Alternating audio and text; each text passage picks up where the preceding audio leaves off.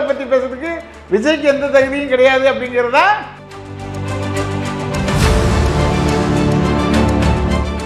ஏடிஎம்கே ஊழல் கட்சின்னு விஜய் பேசுனது சரி என்று வைத்துக் கொண்டாலும் அவர் ஏன் காங்கிரஸ் ஊழல் கட்சின்னு சொல்லல? காங்கிரஸ் செஞ்ச ஊழல் எல்லாம் அவருக்கு தெரியுமா தெரியாதா?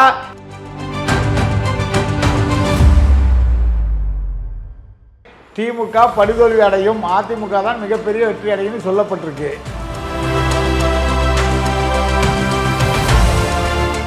இவர் என்ன சொல்றாரு? எங்க தொகுதியில் வந்து காங்கிரஸ் நாங்கள் அவங்கள தோக்கடிப்போம்னு சொல்றாங்க.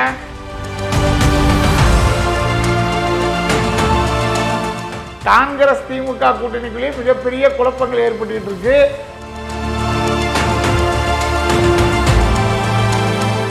சினிமா ஃபீல்டில் இருக்கும்போதே அவர் பல்வேறு முறைகேடுகளை செய்தவர். சொல்லப்போனால் பிளாக்ல டிக்கெட் விற்கக்கூடிய முறைகேடுகள்லாம் செய்தவர் அப்படிங்கிற குற்றச்சாட்டு அவர் மீது கடுமையாக இருக்கிறது.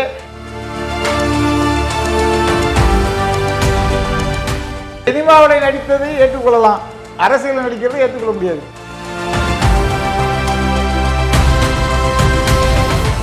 சட்ட ஒழுங்கு சரியில்லாத மாநிலம் அப்படின்னா அது Tamil Nadu.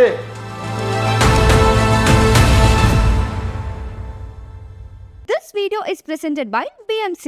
Desktop and laptops for your office at wholesale price. All in one place. FT அரசியல் நேயர்களுக்கு வணக்கம். நம்ம கூட முத்துராமேஷ் நாடார் வணக்கம். வணக்கம்.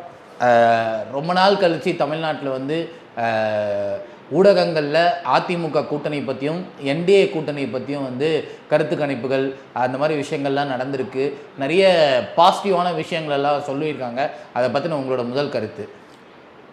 அதாவது இடமும் வளமும் என்கின்ற ஒரு நிறுவனம் தேர்தல் கருத்து கணிப்பு என்டிஏ கூட்டணியில் பாமக டிடிவி தினகரன் அவர்கள் இணையறதுக்கு முன்னாடி எடுத்த கருத்து கணிப்பு நேற்று நியூஸ் 7 சேனலில் வெளியாகிருக்கு. தென் மாவட்டங்களை பொறுத்தளவிற்கு திமுக வந்து படுதோல்வி அடையும், ஏன்னா திமுக மீது மக்கள் கடும் அதிருப்தியில் இருக்கிறார்கள் அப்படிங்கிறத மையமாக வச்சு கன்னியாகுமரி, திருநெல்வேலி, தூத்துக்குடி, தென்காசி போன்ற மாவட்டங்களில் திமுக இப்போது வெற்றி பெற்றது போல் வெற்றி பெற முடியாது, என்டிஏ கூட்டணி அதிமுக கூட்டணி தான் மிகப்பெரிய வெற்றி அடையுங்கிற மாதிரி கருத்து கணிப்புகள்லாம் வெளியாகிருக்கு. அது மட்டும் இல்லாமல் இப்போ டிடிவி தினகரன் அவர்கள், ஐயா அன்புமணி ராமதாஸ் அவர்கள் இவங்கெல்லாம் கூட்டணியில் இணைஞ்சதுக்கப்புறம் பிரதமர் அவர்கள் பொதுக்கூட்டம் போட்டு ஒரு பெரிய நிகழ்வு நடந்தது.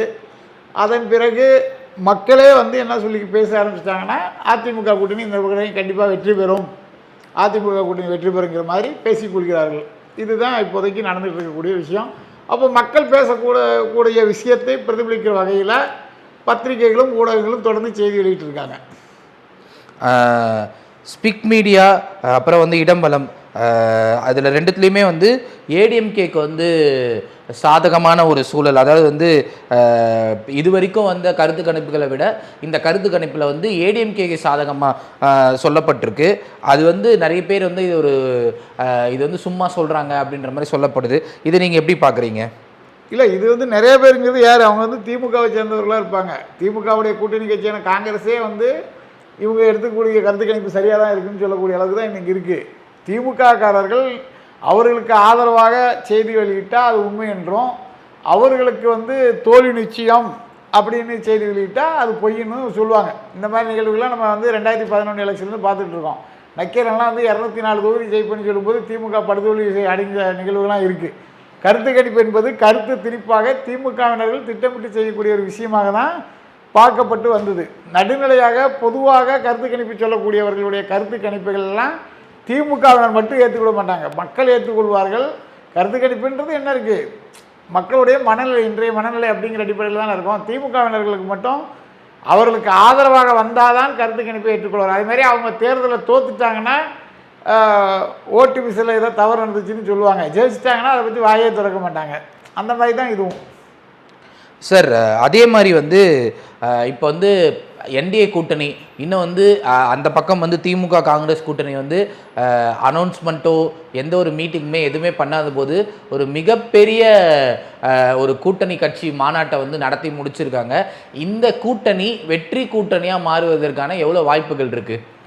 இல்லை, வெற்றி கூட்டணியாக மாறுவதற்கான வாய்ப்புகள் மிக அதிகமாக இருக்குது. ஏற்கனவே நாடாளுமன்ற தேர்தலில் உள்ள வாக்குகள் அதிமுக, பாஜக இவங்க இந்த கூட்டணி வாங்கிய வாக்குகளை வந்து நம்ம கூட்டணி சேர்த்தாலே திமுக தோல்வி அடைஞ்சிடும் அப்படிங்கிறது தான் இயல்பான ஒன்று.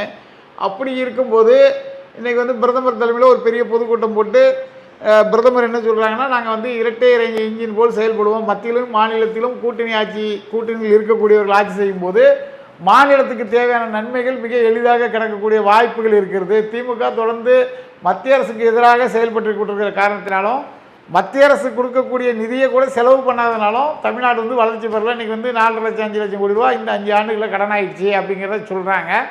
மக்களுமே வந்து இன்னைக்கு சூழலில் தமிழ்நாடு வளர்ச்சி பெற வேண்டும் என்றால் அதிமுக கூட்டணி மிகப்பெரிய வெற்றி அடைய வேண்டும் அப்படிங்கிறது தான். ஏன்னா எடப்பாடியார் அவர்கள் கொடுக்கக்கூடிய வாக்குறுதியை நிறைவேற்றக்கூடிய ஒரு தலைவராக இருக்கிறார். திமுக போல வாக்குறுதிகள் வந்து சொல்லிட்டு 500க்கும் மேற்பட்ட வாக்குறுதிகளை 50 கூட நிறைவேற்றாத ஒரு கட்சியாக அதிமுக என்றைக்கும் இருந்தது கிடையாது, இருக்காது. அதனால் முழு மனதாக அதிமுக கூட்டணியை ஆதரிக்கக்கூடிய அளவுக்கு தான் மக்கள் இன்றைக்கு இருக்காங்க. சார், நிறைய மற்ற ஊடகங்கள் எல்லாம் வந்து என்ன சொல்லப்படுதுன்னா, இதே கூட்டணி தானே 2021 இருந்தது, இதே பாமக இருந்தது, இதே வந்து பிஜேபி இருந்தது, அதிமுக இருந்தது, இப்போ டிடிவி மட்டும்தானே வந்து இங்கே சேர்ந்துருக்காரு, அவர் சேர்ந்ததுனால எப்படி இது வெற்றி கூட்டணியாக மாறும், வெற்றி வாய்ப்பு உறுதியாகும் அப்படின்னு கேட்குறாங்களே சார். இப்போ நீங்கள் சொன்ன இடவளம் கருத்து கணிப்பில் என்ன சொல்கிறாங்க, டிடிவி தினகரன் பாமக சேர்வதற்கு முன்பு எடுக்கப்பட்ட கருத்து கணிப்பிலேயே திமுக படுதோல்வி அடையும், அதிமுக தான் மிகப்பெரிய வெற்றி அடையும்னு சொல்லப்பட்டிருக்கு. அப்போ மக்கள் ஆளுகின்ற திமுக மீது கடும் அதிருப்தியில் இருக்காங்கங்கிறது எளிமையாக நம்ம புரிஞ்சுக்கிட முடியுது. அதாவது இவருடைய வாக்குறுதியில் முக்கியமாக என்ன சொன்னாங்க, கரண்ட் மின் கட்டணம் வந்து மாதந்தோறும் நாங்கள் கணக்கெடுத்து ஏழை எளிய மக்கள் பயன்பெற வழியில் செயல்படுத்துவோம்னு சொன்னாங்க. இது வரைக்கும் செஞ்சுருக்காங்களான்னு கிடையாது. ஆனால் இவங்க செஞ்சது என்னென்னா 3 தடவை மின் கட்டண உயர்வு பண்ணியிருக்காங்க. 500 ரூபா வந்தவங்களுக்குலாம் இப்போ 1500 ரூபா, 2000 ரூபா, 2500 வரக்கூடிய ஒரு சூழல் இருக்குது. ஏழை மக்கள் மிகப்பெரிய அளவில் பாதிக்கப்பட்டிருக்கிறார்கள். அவர்கள் எத்தனை ஆயிரம் ரூபா ஓட்டுக்கு கொடுத்தாலும் பணத்தை வாங்கிக்கிட்டு திமுகவுக்கு எதிராக தான் வாக்களிப்பாளருங்கிறது நிதர்சனமான உண்மை. அதே போன்று தான் பல்வேறு திட்டங்கள், விவசாய கடன் தள்ளுபடியாக இருக்கட்டும், மாணவர்களுடைய கல்வி கடனாக இருக்கட்டும், இப்படி பல்வேறு விஷயத்தை செய்கிறேன்னு சொல்லி திமுக செய்யவே இல்லை அப்படிங்கிறது எல்லாருக்கும் தெரியும். இந்த கூட்டணி டிடிவி உள்ளே வந்ததுனால இன்னும் மிகப்பெரிய வெற்றி கூட்டணியாக மாறிடுச்சே தவிர இது ஆல்ரெடி வெற்றி கூட்டணியாக உறுதி செய்யப்படுது. பாஜக அதிமுக கூட்டணியே திமுகவை வீழ்த்தக்கூடிய அளவிற்கு இருக்குது. இன்றைக்கி வந்து காங்கிரஸ் கட்சியுடைய கருத்து, திமுகவுடைய எம்எல்ஏக்களுடைய கருத்துலாம் பார்த்தீங்கன்னா மாற்றி அவங்க வந்து சண்டை போடுறத பார்த்தா காங்கிரஸ் திமுக கூட்டணியே வந்து பலம் இழந்து போயிடும். அவங்களே வந்து கூட்டணி தர்மத்தை கடைபிடிக்காமல் 2 கட்சியுமே மாற்றி இவர் என்ன சொல்கிறாரு, எங்கள் தொகுதியில் வந்து காங்கிரஸ்னா நாங்கள் அவங்கள தோக்கடிப்போம்னு சொல்கிறாங்க, அவங்க திமுக நாங்கள் தோக்கடிப்போம்னு சொல்கிறாங்க. இப்படி காங்கிரஸ் திமுக கூட்டணிக்குள்ளேயே மிகப்பெரிய குழப்பங்கள் ஏற்பட்டுக்கிட்டு இருக்கு. அப்போ வந்து திமுக படுதோல்வி அடைகிறது உண்மை, அதிமுக மிகப்பெரிய வெற்றி பெறுகின்றது உண்மை. இதில் வந்து கூட்டணிக்கு மேலும் பல சேர்க்கிற வகையில் டிடிவி தினகரன் அவர்கள் வந்திருக்காங்க. இன்னும் பல பேர் உள்ள வர்றதுக்கான வாய்ப்புகள்லாம் இருக்குன்னு சொல்கிறாங்க. யாரெல்லாம் வராங்கன்னு நம்ம பொறுத்து இருந்து பார்ப்போம். எது எப்படி இருந்தாலும் அதிமுக கூட்டணி ஒரு வெற்றி கூட்டணிங்கிறது உறுதி செய்யப்பட்ட ஒன்றாக மக்களால் பார்க்கப்படுகிறது. சார், ஏடிஎம்கே ஊழல் கட்சின்னு விஜய் பேசியிருக்காரு, இது நீங்கள் எப்படி சார் பார்க்குறீங்க? ஏடிஎம்கே ஊழல் கட்சின்னு விஜய் பேசுனது சரி என்று வைத்து கொண்டாலும் அவர் ஏன் காங்கிரஸ் ஊழல் கட்சின்னு சொல்லலாம்? காங்கிரஸ் செஞ்ச ஊழலெல்லாம் அவருக்கு தெரியுமா தெரியாதா? விஜயே ஒரு ஊழல்வாதி தானே.